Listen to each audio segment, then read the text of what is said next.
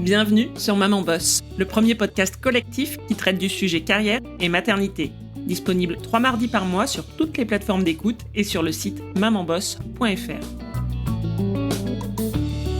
Il y a beaucoup de gens qui comprennent pas forcément comment on peut travailler en couple, parce que je pense que c'est pas fait pour tous, mais que quand c'est fait pour nous, c'est vraiment chouette. C'est vraiment top pour le développement de l'entreprise et pour le couple et pour la famille.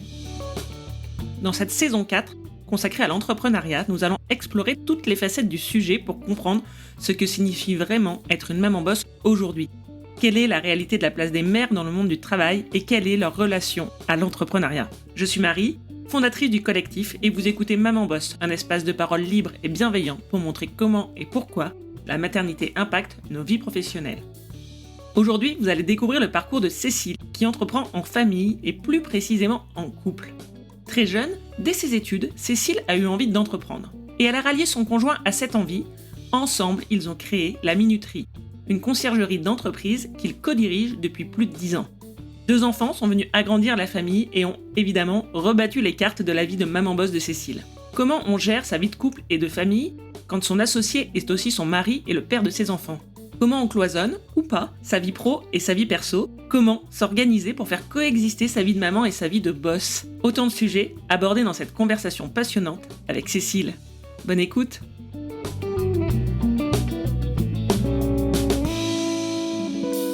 Bonjour Cécile, bienvenue sur Maman Boss dans cette saison consacrée à l'entrepreneuriat au féminin.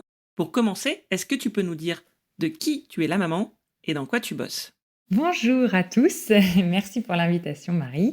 Je m'appelle Cécile et je suis la maman de 2 enfants qui s'appellent Mathilde et qui a 8 ans et Édouard qui a 6 ans. Et je suis chef d'entreprise depuis maintenant 11 ans. À quoi ressemble aujourd'hui ta vie de maman boss ? C'est vrai que dans l'entrepreneuriat, il n'y a pas vraiment de journée type. C'est vrai que j'ai pas précisé, je suis dans le domaine de la conciergerie d'entreprise, donc les services aux salariés et services aux entreprises.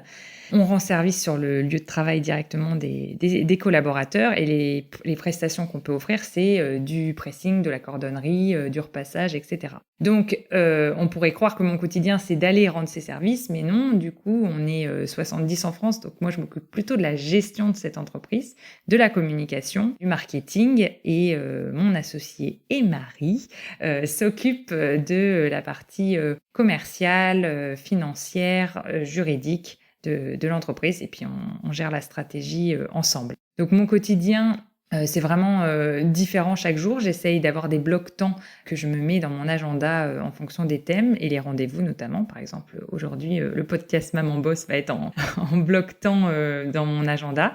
Et j'ai des réunions avec mes équipes, pas trop parce que je suis pas très fan des réunions longues.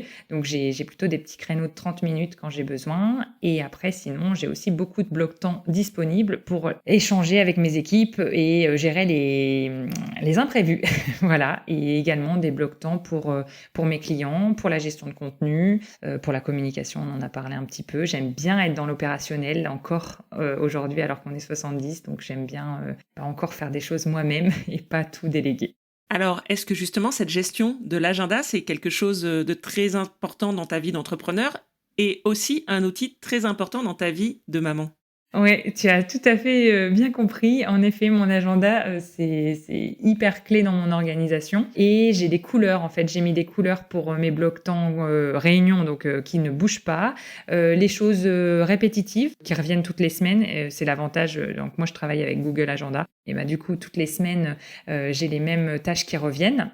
J'ai des blocs-temps perso, en effet, et donc je mets les activités des enfants pour pas les oublier. Surtout en début d'année scolaire, on oublie les nouvelles horaires. Donc là, je sais que ce soir, je dois aller emmener ma fille à la danse. Et si je l'avais pas noté dans mon agenda, j'aurais oublié. Voilà, j'ai les moments avec des déjeuners avec des amis ou en pro aussi, j'ai les 2. Tout est noté, et mes week-ends aussi pour y penser à l'avance. Donc ouais, je mets bien les 2, perso et pro. Si on revient au début de ton parcours, est-ce que toi, tu as toujours eu envie d'entreprendre ? Oui, j'ai entrepris très vite, à la sortie des études, mais j'ai quand même fait, l'apprentissage dans une association qui, promeut le développement durable en entreprise. Donc j'ai eu 2 années comme ça en apprentissage et puis après j'ai été embauchée en CDI. Mais pendant les 2 années en CDI, je faisais, alors j'étais plus apprentie, donc j'avais plus les cours. Par contre, j'avais l'entreprise. Donc j'ai toujours eu 2 projets à la fois, en fait. J'ai créé l'entreprise en parallèle de mon travail et c'est mon mari Antoine qui, lui, était dédié à plein temps. On s'était dit, celui qui a un boulot le garde et c'est l'autre qui commence. Et c'est bien tombé parce que Antoine est, je pense, très doué au niveau commercial. Donc, il valait mieux que ce soit lui parce que les créneaux horaires en journée, je les aurais pas eu. Alors que moi, faire la communication les soirs et les week-ends, c'était plus facile. Est-ce que ça a toujours été pour toi une envie d'entreprendre en famille et en couple? Tout à fait. On a vraiment eu d'abord l'idée de travailler en couple avant même l'idée du projet de la conciergerie d'entreprise. Pour nous, c'était très important. Je me rappelle, je sortais de l'école de commerce et je lui expliquais que j'avais envie d'être chef d'entreprise. Il me dit: «Ah, mais ça veut dire quoi être chef d'entreprise?» Donc je lui décris ce que j'imaginais. Pour moi, être chef d'entreprise, c'est avoir la liberté, l'autonomie, avoir de la polyvalence, gérer son temps comme on le souhaite, choisir les personnes avec qui on travaille et allier le pro et le perso, en fait. Et donc, en lui décrivant un petit peu ce que j'imaginais comme futur, il me dit: «Mais en fait, c'est ça qui me correspondrait». Et je lui dis: «Bah, ça serait peut-être bien d'entreprendre ensemble parce que moi, je sais que je voudrais pas entreprendre seule. Je savais que je voulais, aller aider quelqu'un qui avait d'autres compétences et se compléter. Je voyais déjà l'avantage des complémentarités entre associés. Ça s'est fait comme ça, mais sauf qu'on n'avait pas de projet. Donc là, on s'est vraiment posé beaucoup de questions. On est allé voir à droite, à gauche.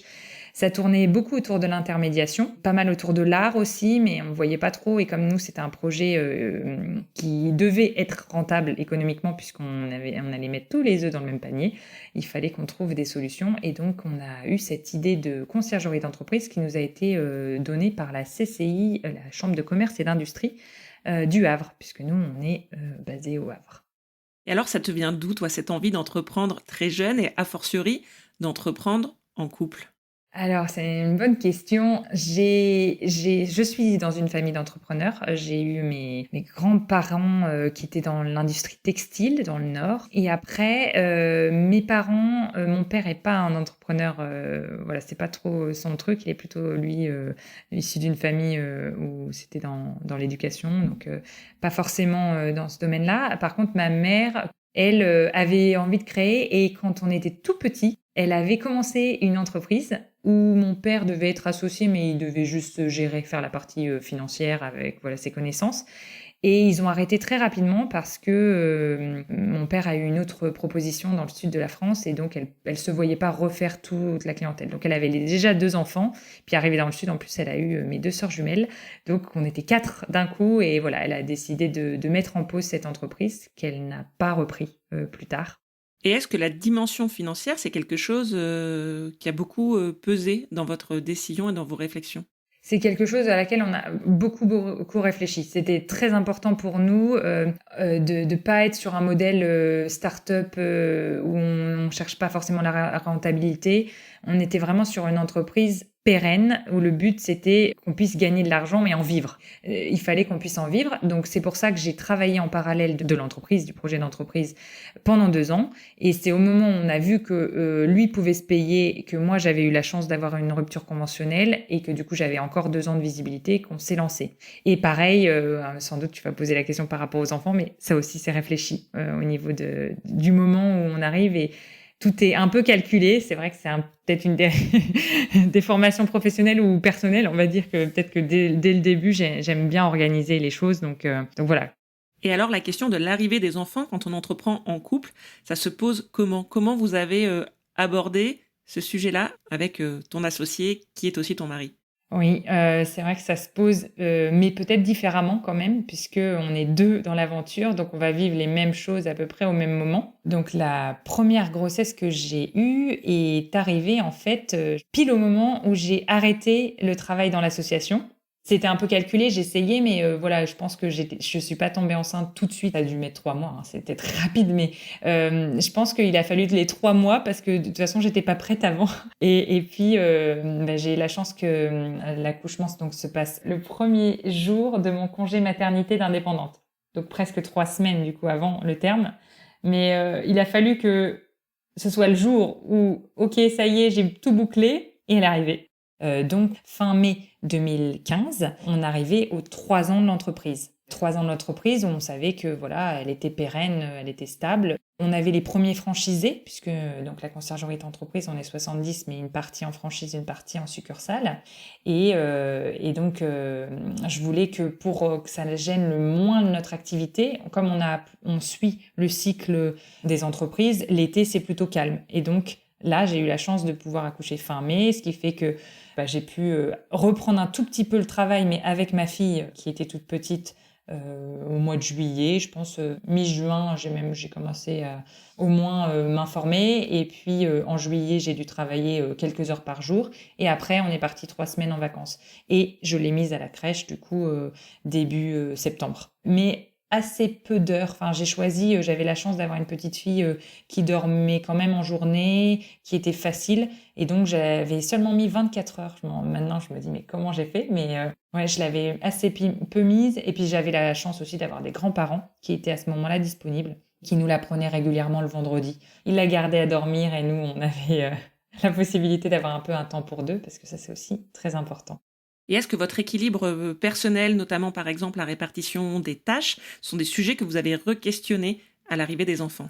Oui, on a questionné l'équilibre parce que, en effet, on a équilibre, déséquilibre tout le temps dès qu'on a l'arrivée des enfants. On a quand même choisi de faire les choses qui nous plaisaient. C'est-à-dire que moi, par exemple, tout ce qui est administratif, je gère pas du tout. C'est pas mon truc.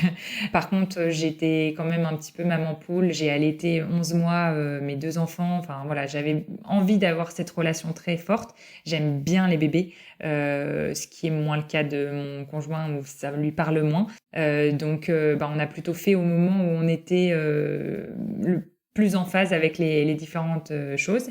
Et pareil, au niveau de l'entreprise, on a essayé de bien se répartir. Après, ça faisait quand même déjà 3 ans, donc on était quand même un petit peu rodés sur ce qu'on aimait faire et ce qu'on aimait moins faire. C'est sûr qu'il y a peut-être des choses qu'il a reprises. Et puis moi, je m'étais aussi beaucoup organisée pour avoir le moins de choses à faire pendant mon congé maternité. Mais c'est vrai que lâcher complètement, c'est très compliqué. De toute façon, mon conjoint, il était dedans. Donc en fait, quand il y avait un problème, il avait besoin d'en parler et il avait besoin d'en parler avec moi. Donc voilà. Et est-ce que j'ai vraiment lâché? Non, si ce n'est que du coup, comme je le disais, j'ai quand même pas mis tout de suite beaucoup d'heures de garde. Et j'ai pris du temps avec elle et j'ai vraiment l'impression d'avoir profité. J'avais pas l'impression de pas la voir. En plus, on travaille depuis chez nous. Donc, voilà, les moments où elle n'était pas à la crèche, j'étais avec elle.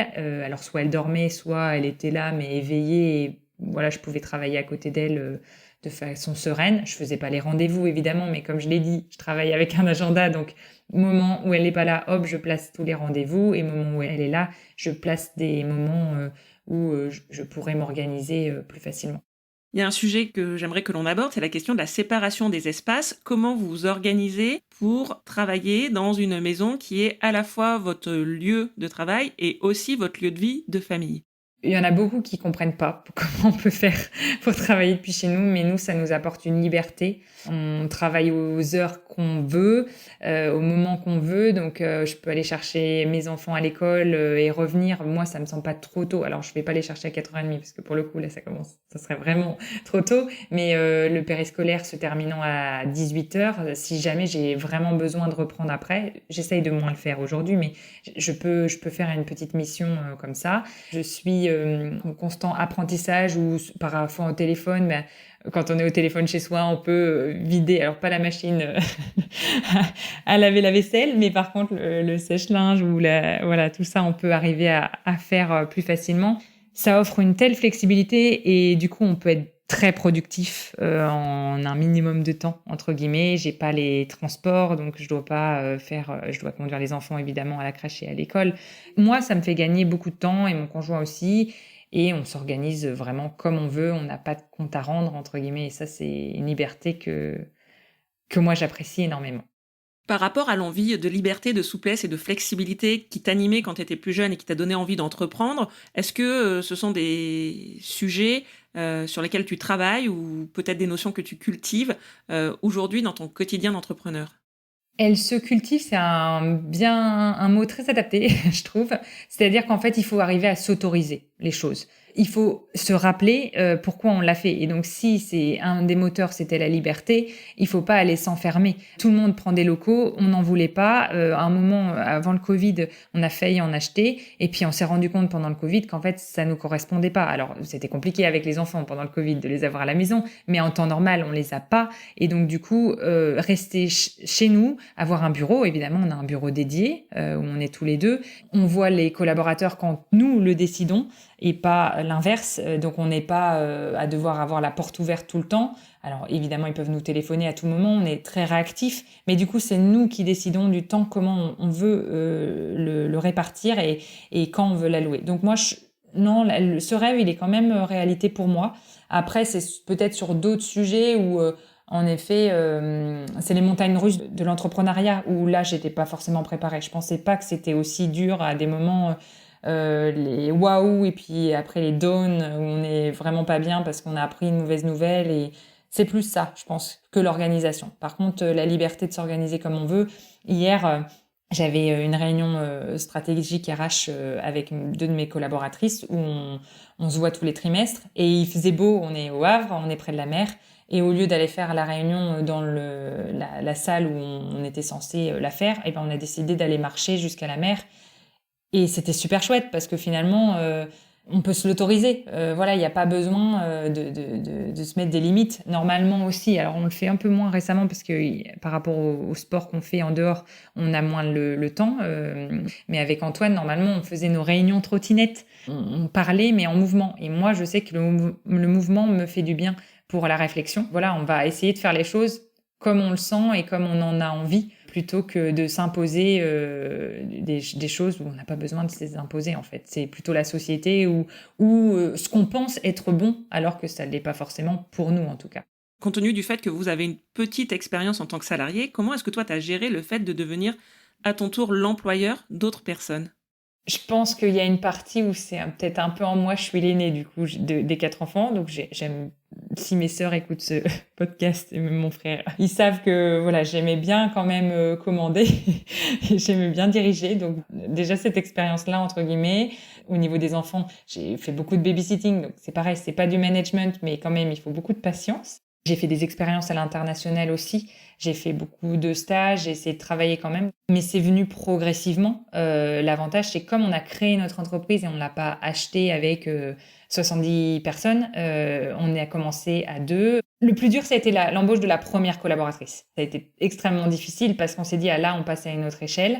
Et il faut pas qu'on se trompe parce que si on se trompe là, voilà, ça va être très compliqué pour l'entreprise. On a eu la chance d'avoir quelqu'un qui a été coopté. Du coup, ça nous a mis en confiance. Et au fur et à mesure, on a toujours une relation voilà, assez proche avec eux, mais en mettant une distance. Par exemple, cette personne que je connaissais, c'est vous voyez. Et donc, on a mis un petit peu des barrières comme ça. On a eu beaucoup, beaucoup de formations. On est très actif dans des réseaux. On avait fait le concours des Entrep sur l'entrepreneuriat des consorts des études. Je suis très investie dans le réseau Entreprendre. Pareil, beaucoup de formations. Tous les mois, on a des clubs lauréats où on rencontre d'autres entrepreneurs qui ont tout âge et donc toute expérience. Voilà, c'est ce qui nous a vraiment permis de nous améliorer. On s'est toujours questionné. Il faut rester humble parce que justement, on ne connaît pas et être à l'écoute des besoins de ses collaborateurs et à l'écoute aussi des conseils qu'on peut nous donner et prendre ceux qui nous correspondent. Le mot-clé, c'est l'écoute pour apprendre à progresser et rester humble, de se dire, voilà, on n'est pas parfait. Mon collaborateur ne va pas être parfait. Moi, je ne suis pas parfaite. Et puis de se le dire et d'essayer de trouver les façons de travailler ensemble pour que ça corresponde au mieux aux deux personnes. Donc votre entreprise, vous l'avez toujours construite sur un modèle de télétravail. Vous n'avez jamais eu envie d'être proche peut-être physiquement des personnes avec qui vous travaillez dans votre entreprise ? Oui, ça s'est fait naturellement parce que déjà, nous, on ne ressentait pas forcément la solitude du coup puisqu'on était tous les deux. Et puis, par rapport au modèle, en fait, ça s'y prêtait pas parce que déjà, on n'avait pas du tout au début de staff d'équipe support. Donc, tous nos salariés étaient chez les clients et sont chez les clients pour quasiment... la plupart. Après, on a développé la franchise très rapidement. La franchise avait déjà commencé quand j'ai rejoint l'entreprise à temps plein. Donc, les franchisés, ils étaient forcément à distance. Et on louait des bureaux quand il y avait besoin de louer des bureaux pour rencontrer les personnes, pour faire nos réunions. Et puis surtout, après, on a eu les jeunes enfants. Et avec des jeunes enfants, c'est quand même très pratique d'être chez soi parce que si jamais il y a un enfant malade, ce qui arrive, on le sait très régulièrement quand on a des petits. Donc non, ça a été une suite un peu continue et on a quand même questionné, c'est ce que je disais par rapport à l'envie de prendre des locaux à un moment. Et en fait, on s'est dit, mais en fait, on le fait pas pour nous. Ça nous va pas, ça nous correspond pas, on n'en a pas envie. Donc voilà, il faut arriver à le faire accepter aux équipes parce que sur Le Havre, on a une équipe un peu plus importante. En expliquant pourquoi on faisait ce choix, je pense que ça a été bien compris. Et puis après, on trouve d'autres alternatives, des moments différents. Et ça permet, par exemple, comme hier, comme ce que j'ai dit sur la réunion, on va la faire en extérieur parce que du coup, comme on n'a pas de bureau, on se pose même pas la question. C'est pas une tradition d'aller s'asseoir au même endroit, quoi. Et l'arrivée de ton deuxième enfant, ça s'est passé quand et comment ? Alors comme ça s'était super bien passé avec ma fille, je pensais que 24 mois d'écart, c'était très bien, c'était parfait, ça me semblait vraiment large. Et là, ça a été plus dur. Je suis tombée enceinte tout de suite, du coup en septembre pour pareil, la même date, j'avais le même terme. Et là, ça a été beaucoup plus difficile parce que l'entreprise, elle avait quand même bien grandi, qu'on n'avait pas vraiment staffé. J'avais beau avoir préparé en amont, comme je m'étais pas fait remplacer en tant que telle, c'était quand même vraiment plus difficile et puis j'étais beaucoup plus fatiguée parce qu'ils dormaient pas la nuit, parce qu'on avait du coup une entreprise plus grande donc plus de choses à faire sans doute aussi et puis qu'on avait le premier aussi voilà, c'est un deuxième, c'est pas la même chose et on a choisi évidemment pour couronner le tout de déménager et de faire des travaux alors c'est pas nous qui avons fait les travaux mais de suivre un chantier. Donc à ce moment-là, ça a été bien compliqué de tout gérer à la fois. Je pense que si j'avais un conseil, c'est essayer de répartir et de pas tout faire au même moment parce que faut être raisonnable. Et au bout je pense en novembre 2017, j'étais vraiment au bout de ma vie. Enfin, je me rappelle dire à des gens, mais ne pas dormir, c'est vraiment une torture. Et d'être en mode survie. Enfin, vraiment, j'étais en mode survie, zombie. C'était très, très dur. Et en plus, je voulais pas arrêter l'allaitement. J'avais l'impression que ça me fatiguait pas parce que j'avais envie d'allaiter. Mon fils refusait le biberon, donc j'allais à la crèche pendant la journée. Voilà, évidemment, c'est parce que je voulais passer du temps avec lui. On sait bien qu'il y a un gros effet psychologique. C'était une phase difficile, cette première année, 2017, début 2018. C'était une phase, en effet, que j'avais pas anticipé au niveau de à quel point ce serait difficile parce que un enfant ne fait pas l'autre et que lui, en journée, il dormait 30 minutes. Donc, je pouvais déjà pas travailler en même temps et voilà, ça faisait trop. Je sentais que j'étais extrêmement fatiguée et que voilà, il était temps qu'il arrive à dormir. Mais ça a pris beaucoup de temps et encore aujourd'hui, il lui arrive régulièrement de venir me réveiller. Voilà, alors qu'il a 6 ans. Donc voilà. Et est-ce que tu as réussi à prendre un congé maternité et à faire un break pour ce deuxième enfant ?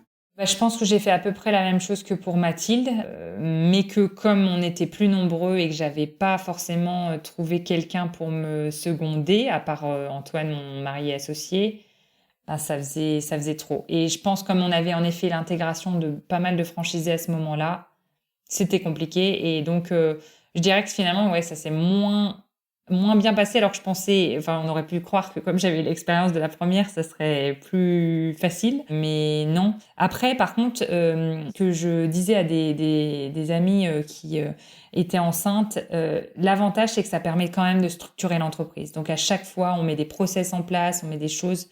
Et ça, c'est vraiment chouette. Donc, un congé maternité dans une entreprise, moi, je trouve que si on le voit vraiment du côté positif, c'est hyper enrichissant et ça permet vraiment de mieux s'organiser dans l'entreprise, de mieux répartir les tâches quand même. Mais ça demande en effet de l'organisation mais ça peut être très très bénéfique pour l'entreprise pour qu'elle puisse apprendre à un peu plus vivre sans nous. Voilà, en fonction du moment de l'entreprise, c'est plus ou moins facile. De manière générale, quel est le regard que portent les gens autour de vous sur votre modèle de couple et d'entrepreneuriat ? Il y a beaucoup de gens qui comprennent pas forcément comment on peut travailler en couple. Du coup, c'est pour ça que j'ai fait cette saison 2 de mon podcast sur ce sujet des couples qui entreprennent ensemble. Je pense que j'avais peut-être besoin, je m'en suis pas rendu compte sur la thématique, mais j'avais besoin aussi de voir ce qui nous rassemblait, ces personnes qui choisissent d'entreprendre en couple, parce que je pense que c'est pas fait pour tous. mais que quand c'est fait pour nous, c'est vraiment chouette. C'est vraiment top pour le développement de l'entreprise et pour le couple et pour la famille. Ça a beaucoup d'avantages parce qu'on peut se relayer, parce qu'on peut se comprendre. Tout à l'heure, tu me posais la question comment on fait pour avoir une grossesse et un accouchement et avoir les enfants en même temps pour les deux. Le congé paternité, autant dire que lui, non, il l'a pas fait du tout, hein, voilà. Mais c'est une compréhension, c'est-à-dire qu'en fait, on est au même moment, dans la même aventure, les mêmes problématiques. Et donc, du coup, alors certes, on est très fatigué, donc il faut faire attention à pas mal se parler parce que c'est facilement à ces moments-là qu'on va un petit peu hausser la voix ou être moins patient. Mais par contre, on se comprend. On comprend le besoin d'aller chercher l'enfant à la crèche parce qu'il est malade. On comprend. C'est une compréhension qui est peut-être plus facile. On est vraiment très complémentaires, donc l'avantage c'est qu'on fait jamais les mêmes choses au même moment quasiment. Enfin, évidemment, on a des moments où on a besoin de vraiment travailler ensemble, on va dire, et de se poser. Mais on se bat jamais sur un sujet. On en a un qui est légitime sur le sujet, et donc on va toujours laisser la décision à celui qui est légitime, même si on demande l'avis de l'autre. Est-ce que vos enfants, ils font la part des choses entre votre vie de famille et votre vie professionnelle d'entrepreneur? C'est difficile pour eux de comprendre les moments où on travaille, les moments où on est pour eux. Enfin, quand on est avec eux, il faudrait être vraiment avec eux. Et ça, c'est vrai qu'ils se rendent pas compte que si on est autant avec eux, c'est aussi parce qu'on travaille un petit peu quand ils sont là. Donc ça, c'est difficile de leur faire comprendre. Après, ils se plaignent pas trop, à part quand on veut parler travail et qu'ils sont là, qu'on veut vraiment travailler tous les deux. Quand on veut travailler l'un ou l'autre et qu'ils jouent et qu'ils font d'autres choses, ça va encore. Mais quand Antoine et moi, on a vraiment besoin de parler d'un sujet parce qu'il y a une urgence, là, c'est compliqué et c'est à ce moment-là qu'ils deviennent infernaux et qu'on n'a que la vidéo. On a trouvé que ce moyen-là, de les mettre 10 minutes devant une vidéo parce qu'on a besoin de parler d'un sujet et que sinon, ça va être l'enfer, ça va hausser la voix et puis ça va partir n'importe comment. Donc, autant avoir vraiment 10 minutes. On vous accorde 10 minutes de vidéo tous les deux. Bon, eux, ils sont très contents. Et puis, nous, ça nous permet d'échanger rapidement sur le sujet. Après, par contre, si ça s'éternise, là, il faut pas qu'on travaille en parallèle parce que là, c'est pas souhaitable ni pour nous parce qu'on s'arrête pas le soir. Du coup, hier soir, on avait pas mal de petits sujets qu'on voulait aborder et en fait, il était 21h, 21h15 et on s'est dit non mais il faut qu'on arrête là, faut qu'on arrête de parler de travail à ce moment-là, c'est pas possible, sinon on va pas dormir, c'est un truc à faire des insomnies, sujet qui revient pas mal nous dans notre couple vu que les enfants ne dorment pas, les parents ne dorment pas non plus, hein.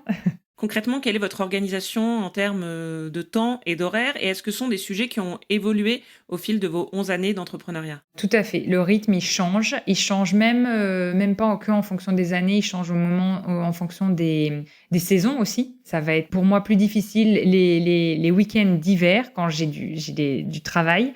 J'ai du mal à ne pas travailler le samedi matin. Parce que je vais être tranquille sur ce moment-là, je vais pouvoir bien me concentrer, personne va me déranger. Côté travail, évidemment. Puis je vais avoir envie d'être... Enfin, le samedi matin, je suis plus productive, je sais pas pourquoi. Voilà, c'est un moment... je vais pas y passer 3 heures, hein, mais facilement 1 heure et demie pour me concentrer et ça va me faire presque 3 heures de travail, peut-être à un autre moment, tellement je vais être productive. Je pense que le soir, on travaille quand même beaucoup moins que ce qu'on travaillait avant. Et il y a eu des moments où on devait travailler le soir après que les enfants soient couchés. Ça, c'est quand même vraiment difficile. Là, aujourd'hui, quasiment jamais, sauf grosse urgence, mais vraiment quasiment jamais. À part les soirées réseau, hein, ça évidemment, ça fait partie de notre travail aussi. Moi, j'y consacre quand même du temps. Là, j'en ai peut-être une toutes les semaines ou toutes les 2 semaines. Et du coup, je fais aussi du sport maintenant, j'ai repris depuis 1 an. Mais c'est pareil, je m'autorisais pas forcément parce que comme on avait déjà les soirées réseau, je m'étais dit ça va faire beaucoup de soirées et comme c'est compliqué avec les enfants, voilà, je m'accordais pas. Là, depuis l'année dernière, j'ai repris, donc ça fait du bien. Et est-ce que tout ce qui relève de votre vie personnelle sont des choses que vous autorisez à faire sur des heures de travail plus classiques ou est-ce qu'au contraire, c'est vraiment très cloisonné? Alors, j'ai cherché longuement, mais comme je fais des arts martiaux en club, eh bien, je n'ai pas trouvé un cours le midi. J'ai cherché vraiment, j'aurais préféré. Alors qu'Antoine, lui, par contre, fait toutes ses séances de sport le midi. Donc là, lui, il n'y a pas ce problème-là. Et c'est pour ça d'ailleurs que du coup, il peut garder les enfants plus facilement le soir. Il sort pas le soir. Et puis lui, les soirées réseau, il en a tellement fait au début que Voilà, aujourd'hui, c'est plus ce qu'il aime. Donc, c'est plutôt moi qui sors le soir. Et puis moi, c'est bien, je délègue comme ça le soir. Les soirées, je suis bien contente d'en avoir de temps en temps pour moi. Et est-ce qu'il y a eu un moment où votre activité professionnelle, elle a peut-être pu mettre en danger votre couple? Et est-ce qu'il y a des vases communicants un peu entre ces deux sujets? C'est une très bonne question. Est-ce que ça a mis en danger notre couple? Ce qui est compliqué quand on travaille en couple, c'est d'avoir les mêmes aspirations au même moment, d'être sur la même longueur d'onde. Et comme en plus on a 2 ans de décalage, on a tout le temps 2 ans de décalage, il peut y avoir 2 ans de décalage entre les envies d'Antoine et les miennes. Et 2 ans, c'est quand même long. Donc c'est plus là-dessus, je dirais. C'est sur les aspirations. Au fond de nous, qu'est-ce qu'on veut faire? Tout ça, ça se travaille. C'est pour ça qu'on a beaucoup été entouré par le réseau Entreprendre. Tout à l'heure, j'en ai parlé. On a été lauréat une première fois, donc au tout début. Et après, j'ai ressenti le besoin d'être de nouveau dans une action.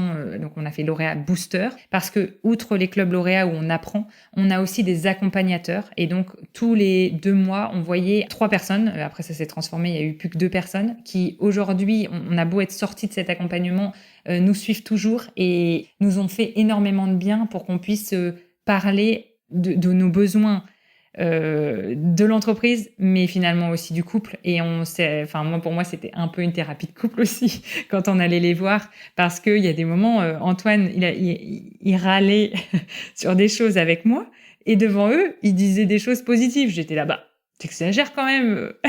Donc c'était rigolo de voir où on en était chacun et puis de se confronter à un autre regard. Là où je suis super contente, c'est que l'une des 2 accompagnatrices, ça l'a inspirée puisqu'elle a choisi d'entreprendre aussi en couple alors que son mari entreprenait depuis très longtemps et elle a décidé de lâcher son métier d'avocate pour aller s'occuper de la gestion avec lui. C'est marrant de voir que on a pu en inspirer d'autres. C'est vrai qu'on n'a pas forcément beaucoup de modèles d'entrepreneurs en couple parce que on ne le sait pas forcément. Parfois, on sait qu'il y a 2 noms, mais déjà, on ne sait pas s'ils sont frères ou sœurs. Ou alors, le nom n'est pas le même, parce que nous, par exemple, quand on s'est associés, on avait 2 noms différents, on n'était pas encore mariés. Et après, j'ai souhaité prendre le même nom, et comme ça, c'était clair et net. Et d'ailleurs, quand on se présente, quand on va voir des entreprises pour leur parler de la conciergerie d'entreprise, Antoine, il raconte toujours l'histoire en disant, voilà, on est mariés femmes et on a créé en couple. Voilà, ça fait vraiment partie de notre storytelling. Et c'est important de le partager. Je te propose de passer à la dernière question traditionnelle rituelle dans ce podcast Maman Boss. Quel est le conseil que tu aurais aimé qu'on te donne au début de ta carrière? De bien s'entourer. Pour moi, dans l'entrepreneuriat, d'être accompagné et d'aller chercher des personnes autour de nous, c'est le plus important.